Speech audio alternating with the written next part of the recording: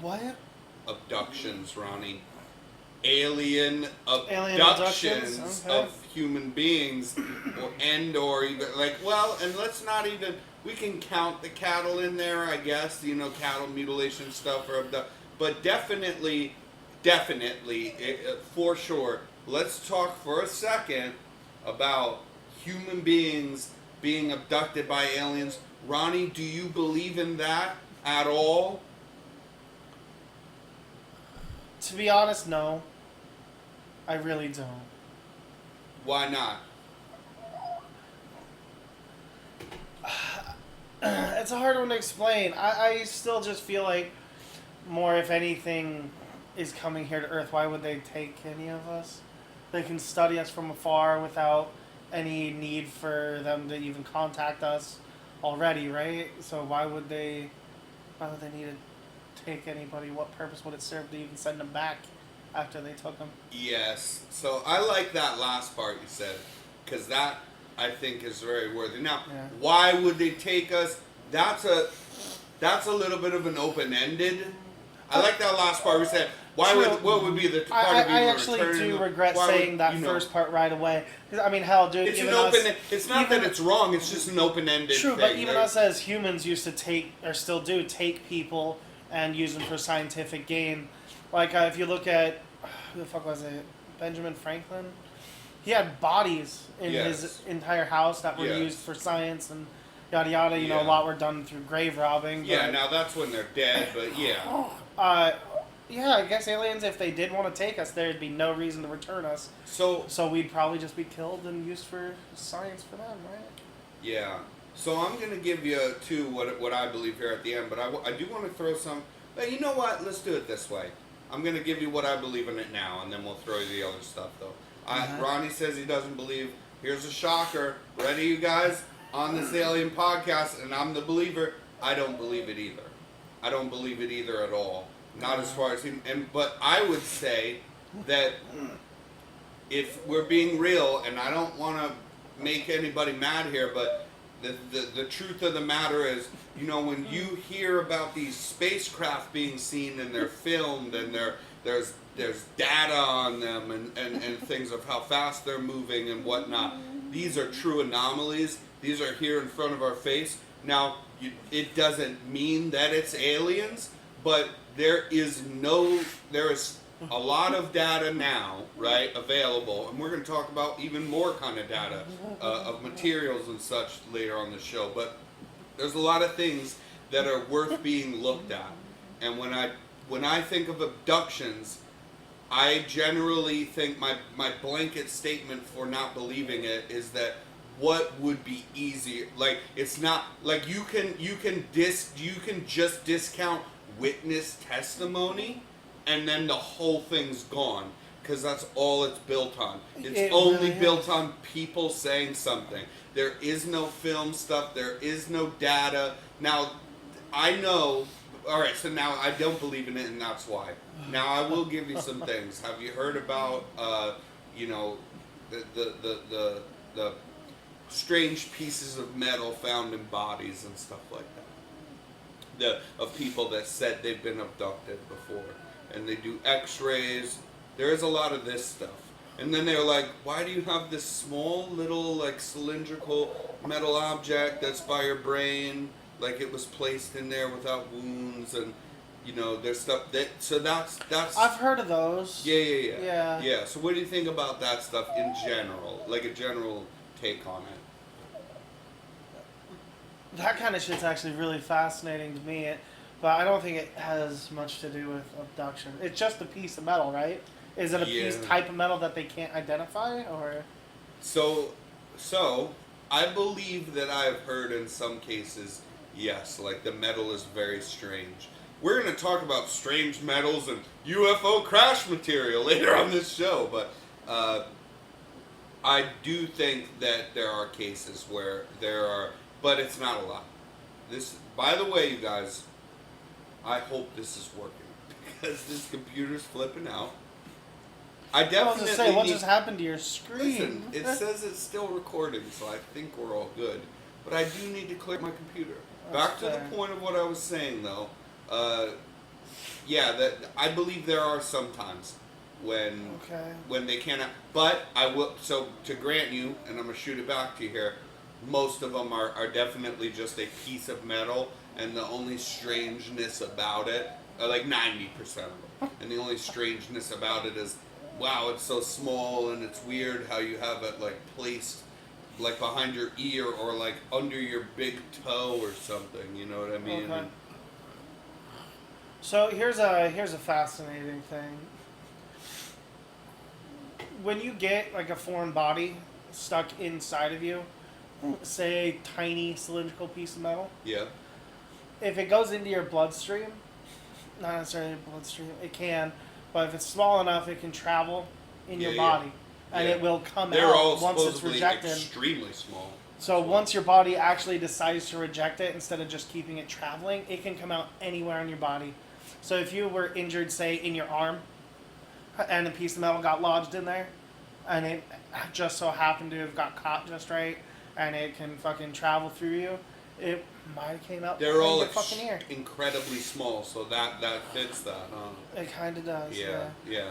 Because I mean, even if you get, say, Like a a bullet fragment, wound, like a little small. like if you get a fragment from a bullet wound that's Yeah. really tiny, Yeah. it can That's travel how in these your are as bloodstream well. and your body and fucking come out somewhere. That's how these are Yeah. as well. They're measured like within the centimeter, like half a centimeter thing, and, Yeah. and almost like a human hair size kind of deal. So that kind of fits the bill.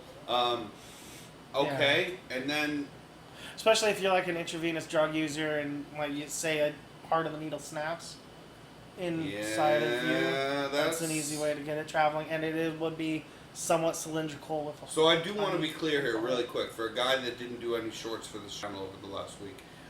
You're not saying, are you, that all like alien believers or people that say are heroin addicts, correct?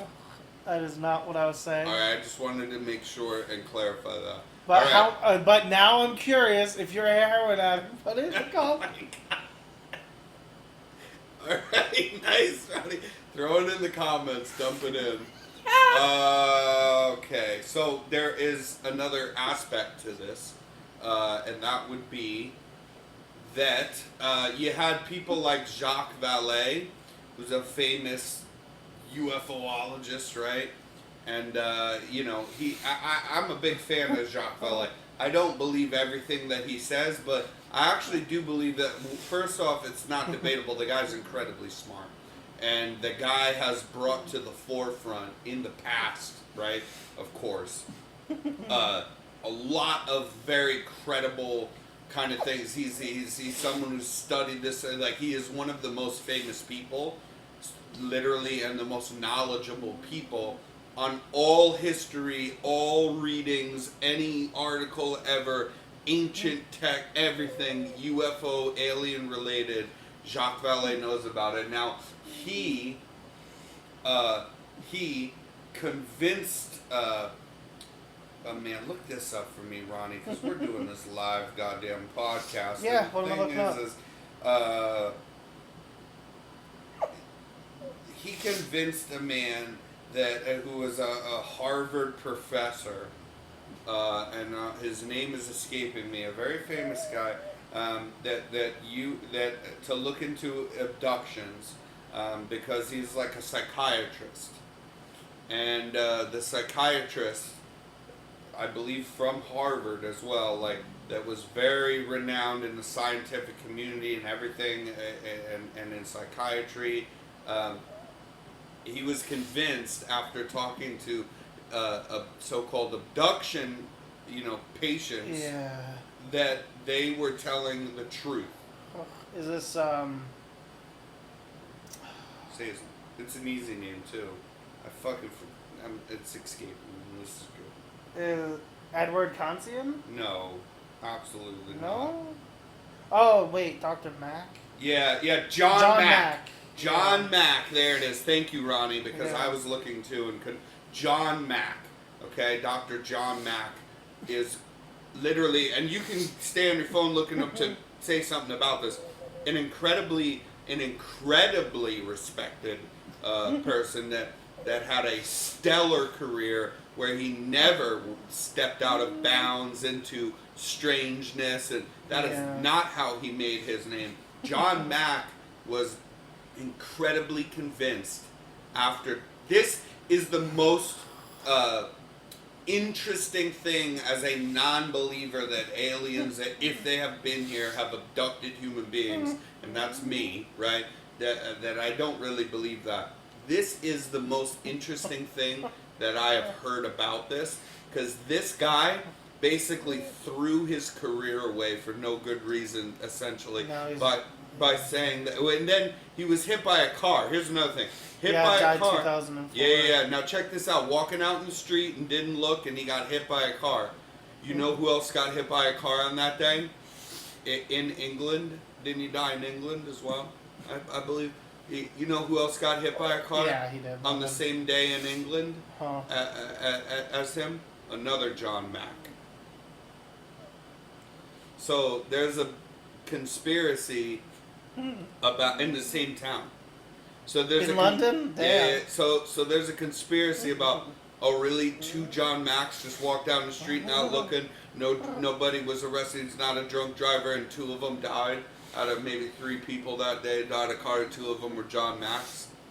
You know. That's so pretty wild. so there's a but. This is besides that. The most credible thing that I've heard as somebody who doesn't believe that if aliens have been here, they abduct people, the most credible thing I've heard towards abductions being real is John Mack being absolutely convinced after being convinced and talking to Jacques Vallée and these people to just say to him, you are a psychiatrist, you understand these, you literally go and talk to people who are UFO abductees, supposedly. Yeah.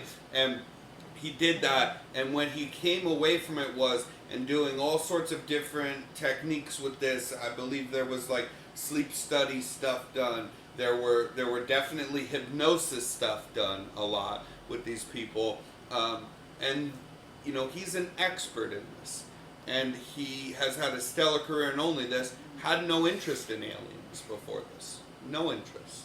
And he talked to these people, and he did studies on these people, and he was convinced they simply can't be lying because they express it, and I can get things out of them, and especially in the hypnosis things, treatments and whatnot, where you can misconstrue it as something else, but he said that trauma is too real. It's too real. That's what and I was I know just, what real actually, trauma I was is. just reading kind of that part of the quote. Go ahead and read the article. Pick up. It was something where he had quoted on BBC saying, I would never say yes, there are aliens taking people, but I would say there's a compelling, powerful phenomenon here that I can't account for. Yeah. It's mysterious, yet I can't know what it is, but it seems to me that it invites deeper, further inquiry. Yeah. So And he wanted to look into it even more, it seems like. And yeah. He became, here's the other thing, I will tell you, you guys can look this up. John Mack became obsessed with this stuff, like in an obsessive kind of way, where his colleagues and other people around him, for a guy that was so damn smart and never was into conspiratorial things of any sort, really, and just lived a normal life where he studied, you know, in psychiatry and all these things.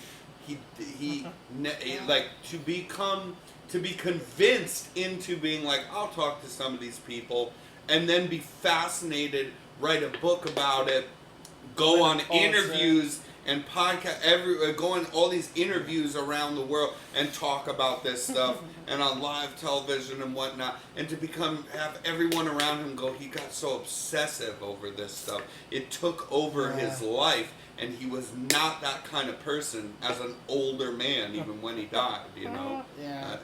I mean, that is the most compelling thing, and it still doesn't shift me to believing it, but I will say that is more important to me. He stated a lot in what I was reading that he does firmly kind of believe that like the abductions are happening to an extent.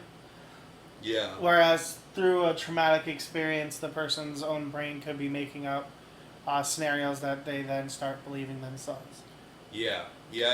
Uh, Yeah. which that's one way to go about it. Or there's another way of like, oh, I took some shrooms and I seen a UFO and then I fucking just tripped like crazy. So But he wrote a book on this stuff, right. and he does say that that he could tell the difference between that kind of thing. That's what got him obsessive about this. He said that because it was he can tell the difference if, okay, they're not telling a story and lying, like there's something there, but he can tell enough, at least, to associate it to an experience because they were on hallucinogens, or versus a traumatic experience that doesn't causing account, delusions. causing like real trauma. Yeah. These people like really like, and listen, when you put them in these different studies, they all would kind of coincide with the fact that of what they were saying, which is crazy, because what they are saying is that literally I was on board a craft. These aliens came up to me. You know, they told me it's okay. They would do experiments on me, and then people are in these therapy sessions and these hypnosis sessions, really crying frantically or literally screaming in terror. And I just want to get the gun. I want to get the gun. I want to get my gun. And so who's the crazy shit, dude? So who's to say that the trauma wasn't based on an actual abduction, not by, say, aliens, but by actual people? Because, well, yes. So I'm telling you up front again that I don't really believe that if aliens have been there, that they've abducted human beings. The way I'm saying that is in a sense of, like, say they were kidnapped, and the only way their brain could cope with that type of trauma was to set it up as that. Well, that's why I was telling you. So I'm saying I don't believe this, so I'm not like for it. But to give you the contrary to that, no. To give you the contrary to what you just asked, again, he's saying, and this is what got him, that he could really tell the difference. So if somebody has a traumatic experience, they got kidnapped. Why would they lie? Why would they have that experience? He believes for sure. Why would evidence support that? That you know, as far as therapy goes, in every sense, that they did have a but then they throw in lying about that it was aliens or this or that. It doesn't have to be lying to them. Well, but see, that is where no. But see, that is the important part, because him as a psychiatrist, those are the things that I'm saying. He was very upfront about. This is what got me obsessive about it, because I can tell the difference. So if you give him a vague story from childhood, he is not going to be able to tell this part wasn't right. This part was. He's gonna. But you give him a general. But if you told him, you had a traumatic experience, he puts you in a hypnosis session, he has multiple hundreds of therapy sessions and gets to know you. As a psychiatrist, he was very confident that he could tell the difference, never as far as like these small details, but the difference between somebody would have, what he was saying in a quote basically is that somebody would have to be lying. They would intentionally have to be lying if it wasn't a childhood experience they don't remember that well, and they're an adult and tell me that 4 years ago I wasn't just abducted, I wasn't just taken, I was on a craft. These were aliens, their heads were large, their bodies were small and skinny, all these details. They would have to be lying, and that is what he was confident that I would be able to know if people were flat out lying to me in that kind of way. Do you understand what I'm... Does that answer the question? I wasn't asking the question. Yeah, you said... Well, yeah, you were. No, I was making a statement pretty much. It was more like, how would he know the difference? But I mean, in a way, he's he trained was confident that he did. But again, he said if it's childhood, it makes all the difference, right? Because then you don't remember as much. Yeah, sure. But if it's somebody that's been kidnapped, escaped, and didn't have any recollection of who kidnapped them, anything like that, through any kind of actual, like, brain trauma, like injuries that could have caused any type of amnesia, and they still had a recollection of being kidnapped. They couldn't recognize any of the people. It was in a foreign environment. major traumatic experience. They set up this scenario in their own head. Absolutely. Like it's more, I'm not it's a more believer just anyway of yeah, that, but I it's thought more just a blanket kind of statement, or just thinking of other ways that these people could rationalize it in their own head to say they were abducted. put the stamp on it, folks. We've debunked this one.